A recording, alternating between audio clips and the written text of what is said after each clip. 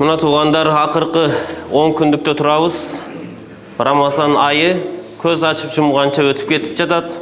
Бұл дүйнөнү негізілі алып қарай тұрған болсақ, түбөлүктүү жашоого, түбөлүктүү акыреттик жашоого салыштырып қарай тұрған болсақ, бұл дүйнөдөгү жашоо 90 жыл, 100 жыл өмүрүбүз bir көз açıp жұмғанша дейді.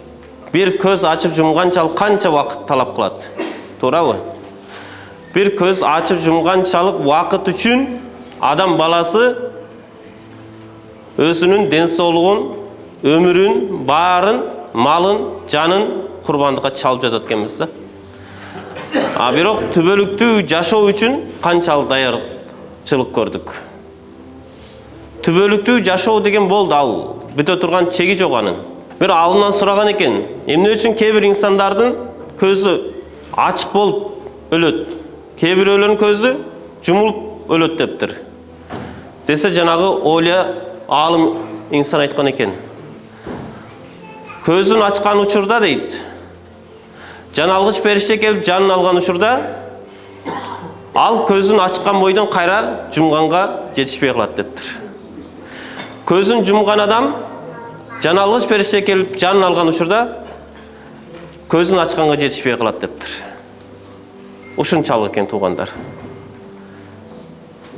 Ушул ирмеп жаткан кирпигибизди жапкан учурда кайра ачабызбы, ачпайбызбы, эч бир гарантия жок экен да. Заңгыратып салып койгон тамдарыбыз, бизнестерибиз, башка нерселерди коелу. Жөнөкөй эле ушул көзүбүздү ирмеп жаткан кирпикти жапкандан кийин кайра ачканга кудуретиң жетпей, ошол бойдон жарың таслим болуп, Алланын асыга кете берет экенбиз түбөлүктүү жашоого. Же болбосо ачкан болсок, кайра жапканга успет этпей, ачкан бойдон түбөлүктүү жашоого көчүп өтүп кетет экенбиз. Жашоо ушунчалык экен.